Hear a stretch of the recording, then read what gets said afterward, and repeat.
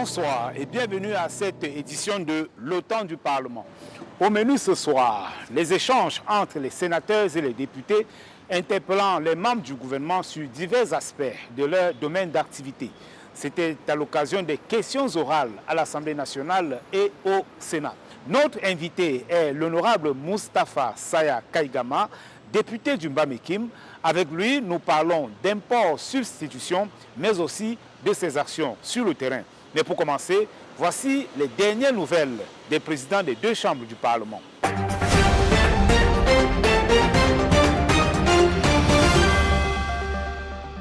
L'activité des deux chefs de chambre est marquée par des audiences accordées par le président de l'Assemblée nationale, mais aussi le président du Sénat à différents membres du corps diplomatique accrédités au Cameroun.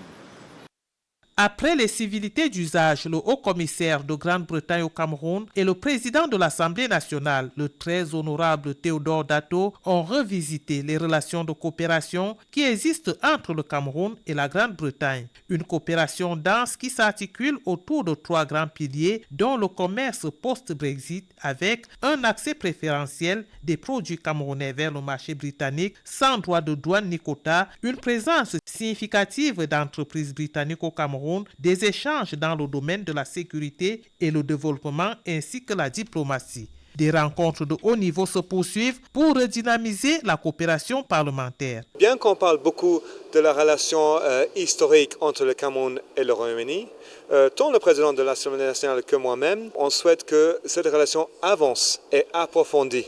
Alors, on a parlé de comment est-ce qu'on pourrait continuer de faire ça à travers les échanges entre nos peuples, à travers les échanges entre nos parlementaires, à travers la construction des partenariats, plus de partenariats entre les entreprises britanniques et camerounaises, et aussi comment est-ce qu'on pourrait mieux collaborer pour valoriser et protéger la forêt du bassin de Congo et créer les alternatives pour que les gens aient des emplois et les opportunités de faire de l'agriculture qui ne nuit pas à la forêt. Les deux pays sont par ailleurs membres du Commonwealth.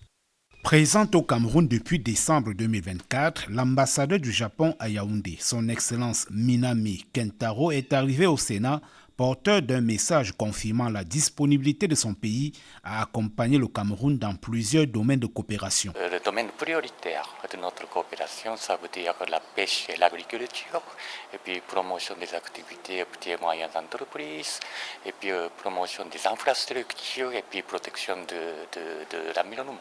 Le président du Sénat et son invité ont aussi partagé des moments de convivialité. Aboubakari Abdoulaye a ensuite reçu l'ambassadeur de Turquie au Cameroun. Pour son Excellence Volkan Özkipper, Ankara souhaite avoir une coopération encore plus solide avec Yaoundé. On a discuté des choses concrètes entre le Cameroun et la Turquie, ce qu'on peut développer, ce qu'on peut réaliser ensemble. Avec Sani Oumar Dibrila, chargé d'affaires du Haut-Commissariat du Nigeria au Cameroun, le président du Sénat a essentiellement parlé de coopération parlementaire. Les deux hommes ont aussi rappelé l'histoire commune entre leurs deux pays, histoire qui commande que les échanges entre le Cameroun et le Nigeria soient chaque jour renforcés. Dans son propos introductif, le président de la section camerounaise de l'APF a tenu à relever le contexte dans lequel intervient cette 51e session après celle tenue en juillet 2025 à Paris, en France. J'avais, en ma qualité de président de la section camerounaise de l'Assemblée parlementaire de la francophonie, proposé que notre Parlement accueille la prochaine session plénière de l'Assemblée parlementaire de la francophonie.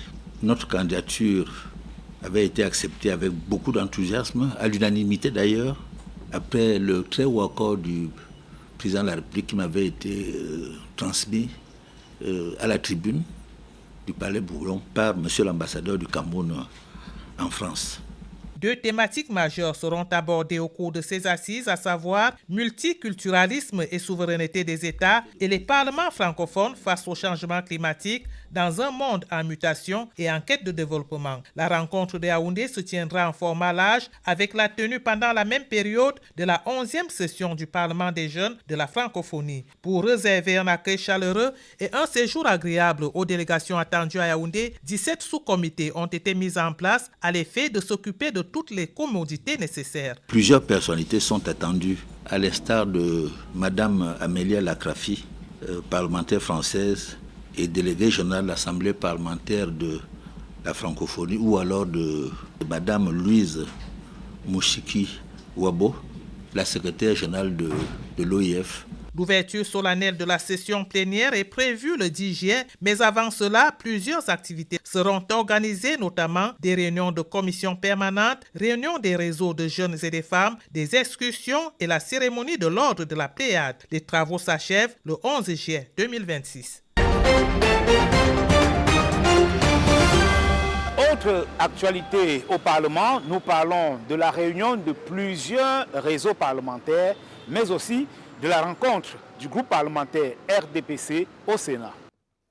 Au cours de cette assemblée générale constitutive, l'honorable Zondol RCC a été élu président du réseau des parlementaires pour les mobilités humaines et l'unité nationale. La vice-présidence est assurée par le sénateur Pierre Flambeau-Ngayap. La mise en place de ces réseaux intervient dans un contexte où les mobilités humaines sont au cœur des équilibres politiques, économiques et sociaux. Les questions d'immigration, qu'il s'agit au niveau national ou international, interpellent tous les gouvernements, tous les pays.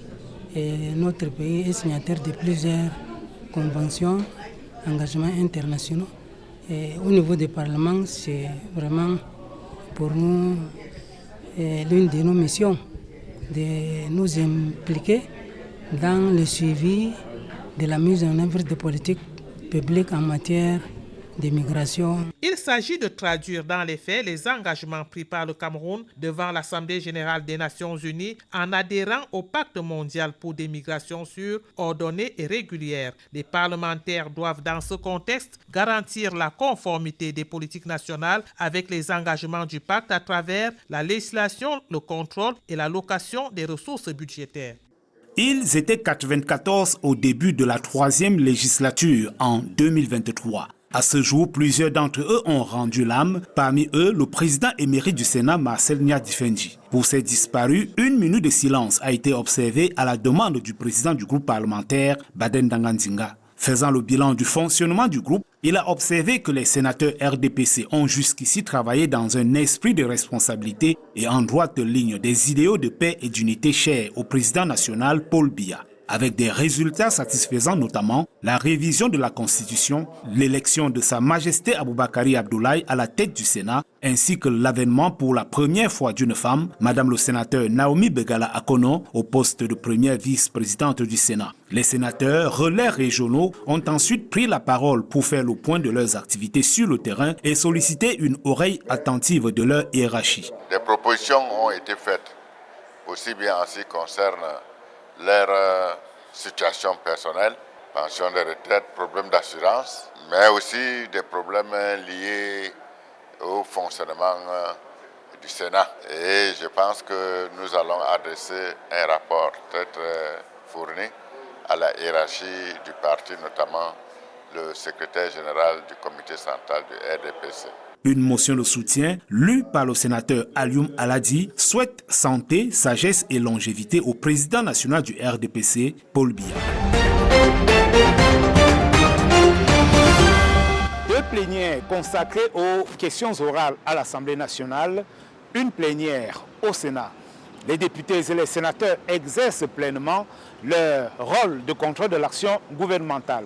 Ils ont interpellé plusieurs membres du gouvernement sur des questions diverses. Le ministre de la Promotion de la Femme et de la Famille était très attendu sur les questions des féminicides.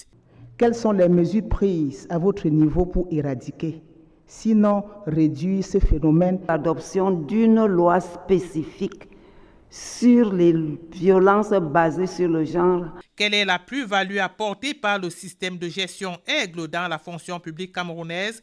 S'interroge l'honorable Daniel Ngale-Etongo.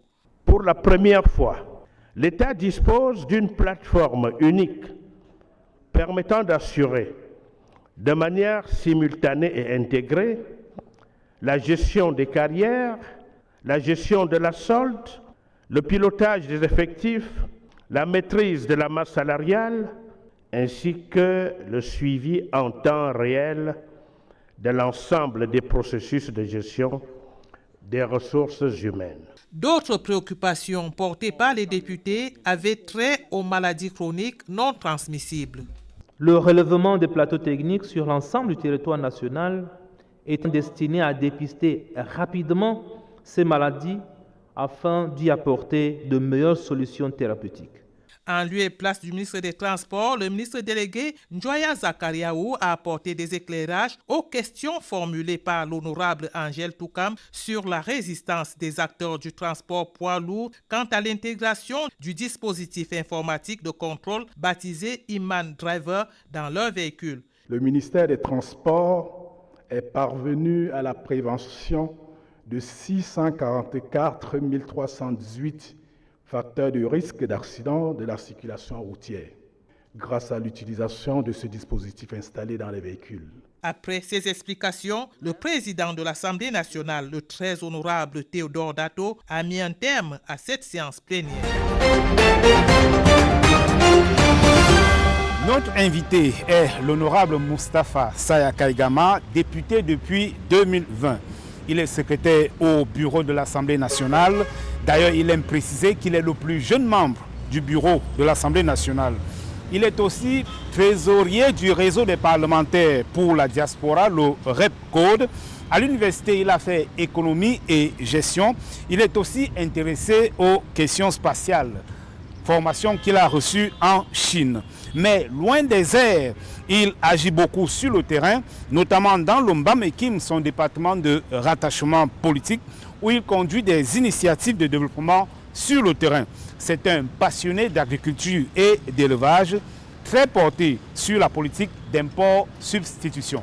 Honorable Moustapha Saya Kaïgama, merci d'avoir accepté notre invitation. Merci. Prenez place. Comment se porte le Mbam-Ekim aujourd'hui? Le Mbam-Ekim se porte bien. Nous avons récemment achevé la construction de la route nationale numéro 15 Batchenga-Nchui-Yoko, le pont sur le fleuve Naktigal, le projet Plaine Centrale, plusieurs projets connexes de construction d'écoles, de centres de santé. Ce serait de l'ingratitude de ne pas reconnaître tout ça et de dire que le Mbam-Ekim se porte mieux. Alors, vous parlez justement de ce projet, la route Batchenga-Nchui-Yoko. Cette route va au-delà, peut-être jusqu'à Ngaoundéré. Oui. Alors, c'est une ouverture du Mbam-Ekim. On sait que Yoko était presque inaccessible il y a quelques années seulement. Oui. Qu'est-ce que cela vous fait de savoir que ce département est aujourd'hui ouvert au développement?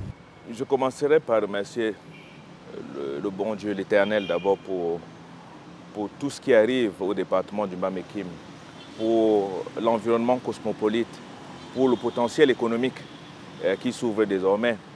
Qui dit la route, on pense au développement. Qu'on le veuille ou pas, le Mbam-Ekim sera une zone agro-industrielle avec 420 MW d'énergie, avec la nationale numéro 15, avec le pont, avec l'ouverture et la sous-région. Tous ces projets soutenus, validés et réalisés par son Excellence Paul Biya, c'est une opportunité immense, non seulement pour les populations du Mbam-Ekim, mais pour tous les Camerounais. Le chef de l'État a longtemps parlé de sa politique d'import-substitution, où il veut limiter l'importation de denrées alimentaires de première nécessité telles que le riz, le soja, le maïs, poisson, poulet. Nous avons ici un Mbam-Ekim qui est sur plus de 20 000 km² de terres fertiles, avec plus de 5 milliards de mètres cubes d'eau. Vous ajoutez à cela 420 mégawatts d'énergie. Tout est fin prêt pour que la transformation agro-industrielle du Cameroun démarre. Et vous savez, Lomba-Mekim, également, je dirais peut-être Providence, Lomba-Mekim et particulièrement Yoko, c'est le centre du Cameroun. Est-ce un hasard, si tout part du centre du Cameroun pour la sécurité alimentaire? Je ne pense pas. Le chef de l'État a vu juste. C'est un potentiel immense, énorme pour tous les Camerounais. Le projet Plaine Centrale qui arrive là, qui va démarrer d'ici quelques temps,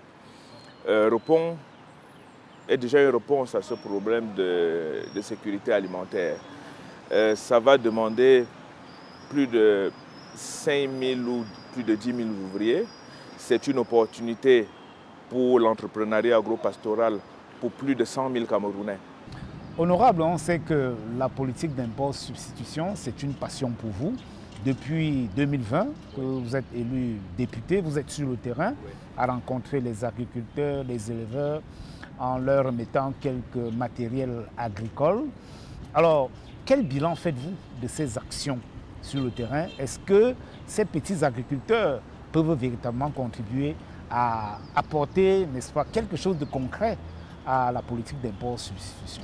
Vous savez, nos grands-parents, nos parents en zone rurale travaillaient avec les outils rudimentaires. Ça a beaucoup affecté la santé et la production n'était pas importante. Aujourd'hui, on sait par exemple qu'avec les semences améliorées de maïs que le ministère de l'Agriculture distribue quelquefois, plusieurs agriculteurs sont passés de 2 tonnes à 4 à 6 tonnes. Alors, pendant que l'exécutif le faisait, nous, au niveau du législatif, on appuyait également avec du matériel agricole qui leur permettait peut-être de planter 1 hectare de maïs en 6 heures de temps, alors qu'elles pouvaient le faire en 2 heures de temps. Nous avons distribué des semoirs, des pulvérisateurs. Et ça aussi, je profite de l'occasion pour remercier le ministre des Finances, le ministre Moutazé, qui applique à la lettre tout ce qui a été dit en ce qui concerne le matériel agricole. Parce que le matériel agricole est exonéré de TVA et il applique véritablement et les populations du Bémekim en ont véritablement bénéficié. Je ne saurais parler du ministre Moutazé sans parler du ministre Sadi, qui est le membre du bureau politique du Bémekim, qui est à l'écoute et qui fait toutes les recommandations nécessaires pour que ces femmes et ces jeunes sur le terrain se sentent épanouis. Nous sortons de loin. Vous voyez, pour arriver à Yoko, pour arriver à Bangassina, pour arriver dans plusieurs localités, c'était pratiquement une journée.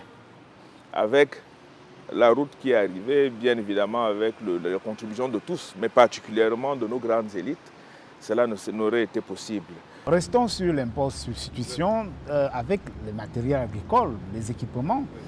Vous avez dit qu'avant, c'était des équipements rudimentaires, oui. Mais on a l'impression que c'est la même chose. Est-ce qu'il n'est pas temps de passer à la véritable mécanisation pour exploiter ces vastes terres du Bémekim? Voilà, on y est en ce moment. Déjà, nous avons en plus des dons de petits matériels agricoles distribués. Nous avons le cinéma, un pool d'engins cinéma qui est installé depuis quelques mois. L'IRAD a un projet sémencier également là-bas. Nous avons une annexe de l'école d'agriculture de la chambre d'agriculture, la CAPEF, est là pour les formations des jeunes agripreneurs. La dynamique est en marche. Vous agissez également dans le domaine de la scolarisation des enfants en remettant des dons en fourniture scolaire. Quel est le taux de scolarisation des enfants dans votre département? Qu'est-ce qui est fait sur le terrain effectivement pour relever le niveau de scolarisation de ces enfants? Le taux de scolarisation dans le Bémekim aujourd'hui, je dirais 93%. Beaucoup plus parce que les populations, les parents ont compris la nécessité de l'éducation. Et puis, il y a beaucoup d'entrepreneurs locaux qui savent se battre, qui créent de la richesse tous les jours. Et ils ont compris la nécessité d'être éduqués pour eux-mêmes. Donc, je dirais à 93%. Les appuis que nous donnons, comme je le dis souvent, c'est des contributions. Et mon slogan politique sur le terrain, c'est agir ensemble. C'est-à-dire qu'on apporte notre pincée de sel dans la sauce qui est déjà préparée. Les parents, dans les conditions difficiles, se battent. Et je continue de le dire. Les femmes dans le Mbamekime sont des lionnes. Vraiment, je reprécise ça. Elles se battent comme des lionnes pour nourrir, pour éduquer et veiller à ce que les enfants ne manquent de rien, du moins sur le plan basique. Et c'est la raison pour laquelle, d'ailleurs, je n'hésite pas à mon niveau. Chaque fois qu'il y a un cri de maman, cri d'une femme qui se bat, vraiment, nous n'hésitons pas. Honorable, si on doit faire le bilan des 5 années, bon, vous êtes déjà en 6e année à l'Assemblée nationale, de vos actions sur le terrain. Que diriez-vous? C'est positif? Peut mieux faire? Ce que je dirais de prime abord, c'est d'abord ma gratitude à l'endroit des populations du Mbamekime qui ont fait de moi un honorable, un député. Vous savez, avant d'être à l'Assemblée, je suis un opérateur économique, un entrepreneur. Ça, je peux le gérer. Mais je n'aurais pas pu être député de moi-même, même si ça s'achetait ou quoi. On ne trouve pas ça sur le marché. Les populations m'ont honoré et ont pensé que je pouvais être leur représentant. Pour le premier mandat, il était question déjà d'apprendre au niveau de l'Assemblée comment ça fonctionne. Comment on contrôle le gouvernement, comment on vote les lois, comment on fait les plaidoyers. Je crois que ce premier mandat, la première étape, c'est l'apprentissage. Je crois que nous avons été de bons élèves pour ce mandat. Et les actions sociales que nous avons menées sur le terrain n'ont pas été faites par défi, elles ont été faites par nécessité. Nous avons fait exactement ce que nous pouvions faire à l'instant T. Maintenant, me poser la question de savoir est-ce que mon bilan a été positif, je vous répondrai seulement, j'ai fait ce que je pouvais faire durant le mandat. Vous avez rendu public une plaquette dans laquelle vous présentez toutes ces actions-là. Oui. Et tout semble montrer que vous vous préparez pour la prochaine mandature. Êtes-vous prêt à véritablement continuer ce travail-là? C'est un plaisir que je renouvellerai bien si les populations me renouvellent leur confiance. J'aime mes populations. Il y a encore beaucoup de choses à faire. La route a été faite sous mon mandat. D'ailleurs, le pont sur Nachtigal a été ouvert. Ma première action sur le terrain en 2020, c'était une lettre adressée au ministre des Travaux publics pour l'ouverture du pont parce qu'on avait le Covid. C'était déjà devenu député, une action comme celle-là, ouverture, les gens ne passaient plus par sur le bac. Je me suis senti utile. La route est là, 420 mégawatts. La prochaine étape pour moi maintenant, c'est de faire du Mbamekime une zone agro-industrielle. Okay? Et d'être un acteur majeur dans l'implémentation effective de la politique d'impôt-substitution dans la région du centre. Donc, à la question de savoir si nous voulons encore, oui, nous sommes prêts à servir si les populations le veulent. Et vous savez, nous sommes dans un parti discipliné où il y a également, je suis investi également par mon parti, ce serait avec un grand plaisir que je continuerai l'œuvre que nous avons commencée. Et vous savez, en un mandat, comme on dit, c'est l'imprégnation, c'est l'apprentissage, c'est le savoir-être, savoir-vivre dans cette avenue. C'est une grande école, l'Assemblée nationale. Une école de politique de haute facture. Okay? Donc, il faut apprendre vite, savoir être modéré, pondéré. Alors, quand on est jeune, parfois c'est cette bulle d'énergie qu'on a qu'on n'arrive pas souvent à contenir. Et je crois qu'en un mandat, cette énergie est contenue, maîtrisée et prête à servir une fois de plus les populations. Honorable Moustapha Saya Kaïgama, merci d'avoir accepté notre invitation. Je vous remercie. Sur le terrain. terrain avec quelques notes tristes. Nous parlons de Madame le sénateur Henriette Sounak qui vient d'être faite chef de la famille Yara. C'était à l'occasion des obsèques de sa génitrice, Madame Isabelle Yara Oona Belinga, qui vient d'être inhumée en Komtou, près de Yaoundé. Premier acte du dernier voyage de maman Isabelle Yara, la morgue de l'hôpital général de Yaoundé, où un service religieux conduit par l'archevêque métropolitain de Yaoundé a rassemblé différentes personnalités. Monseigneur Jean Baga a administré une bénédiction particulière à la défunte, eau bénite à l'appui. Ces moments de prière se sont poursuivis au monastère des bénédictins où Monseigneur Christophe Zoa, évêque de San-Mélima, a prié pour que la lumière sans fin brille sur la matriarche. Grand moment d'hommage, le village Nkomtou 1, arrondissement de Soa, où en 1965, Isabelle Oona Belinga épousa le chef de séant Yara Basile. De ce mariage naquit une riche progéniture dont les témoignages ont laissé voir une mère, grand-mère et arrière-grand-mère entreprenante, dévouée, charitable et apôtre de la paix. Le temps de la tradition, le Siri Aou a donné lieu à des moments d'échange entre les grandes familles Tsingaye et Mombo, lesquels ont débouché sur la désignation de Madame le sénateur Henriette Sounak, fille de la défunte, comme chef de la famille Yara. Dans son oraison funèbre, elle a reconnu les qualités de sa génitrice. Maman était une femme généreuse, charitable, aimante et simple. Une vie vraiment d'une maman simple. La prière conduite par l'archevêque métropolitain de Yaoundé a fait l'éloge de la maternité, source de fraternité et de vie, occasion pour Monseigneur Jean Baga de saluer la figure chrétienne et engagée de Madame Yara en présence du grand chancelier des ordres nationaux, des membres du gouvernement, des parlementaires et des membres du Cercle des Amis du Cameroun. L'absurde conduit par Monseigneur Sostène Léopold Bahemi, évêque d'Obala, a bouclé ces moments de recueillement avant que la dépouille de la matriarche Isabelle Yara Oona Belinga ne retourne à la terre dans le caveau familial. C'est la fin de cette édition de l'Automne du Parlement. Merci de nous avoir prêté votre attention. Rendez-vous à une autre édition.